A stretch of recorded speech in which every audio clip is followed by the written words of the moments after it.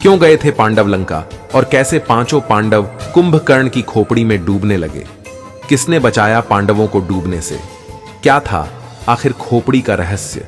यह कथा द्वापर युद्ध के अंतिम चरण की है, जब महाभारत का युद्ध होने वाला था, जिसके चलते कौरव और पांडव अपनी अपनी सेना एकत्रित करने में लगे थे।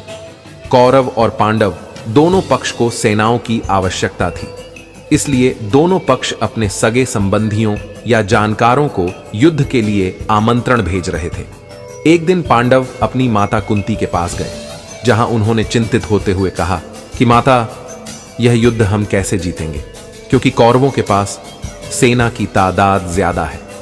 तभी माता कुंती पांडवों को सेना के लिए दक्षिण दिशा में जाने की बात कहती है, जहां पर मौजूद थी लंका।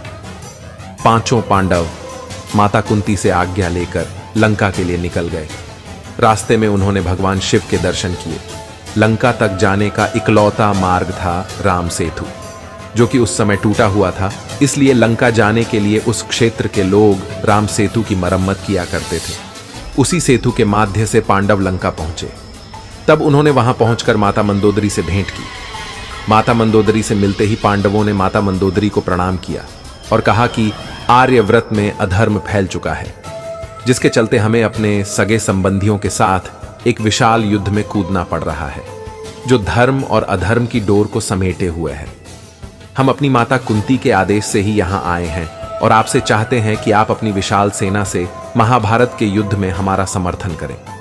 तब मंदोदरी ने कहा कि लंका के राजा रावण पहले ही स्वर्ग सिधार चुके हैं। स्वर्ग और इंद्र को जीतने वाला मेरा पुत्र मेघनाथ भी पहले ही वीर गति को प्राप्त हो चुका है। वहीं मेरे देवर विभीषण पहले ही खुद को भगवान को समर्पित कर चुके हैं, इसलिए हम आपकी ज्यादा सहायता नहीं कर सकते हैं। लेकिन हां, लंका के कुछ सैनिक जरूर आपको दे सकते हैं।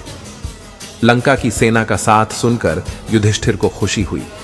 वहीं रात होने की वजह से पांडवों ने लंका में ही निवास किया। सुबह मंदोदरी ने पांचों पांडवों को स्नान के लिए भेजा। पांचों पांडव स्नान के लिए सरोवर की तलाश में निकल पड़े।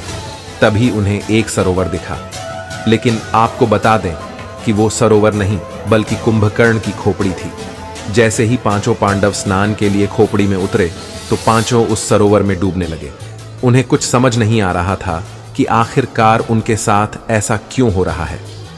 तभी वहां मौजूद एक ग्वाले ने पांडवों को खोपड़ी में डूबते देखा और यह बात जाकर माता मंदोदरी को बताई। मंदोदरी पांडवों की मदद के लिए सरोवर पहुंची। उन्होंने खोपड़ी को उल्टा किया और पांडवों को डूबने से बचाया। पांडवों ने माता मंदोदरी से पूछा कि आपने सरोवर को कैसे उल्टा किया?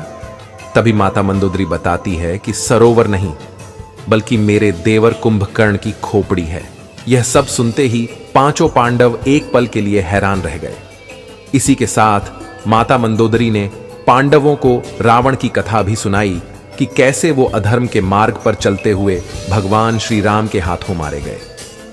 मंदोदरी ने पांडवों को कहा कि अगर तुम धर्म के साथ हो तो निश्चय ही जीत तुम्हारी होगी। इसी के साथ धन्यवाद मित्रों।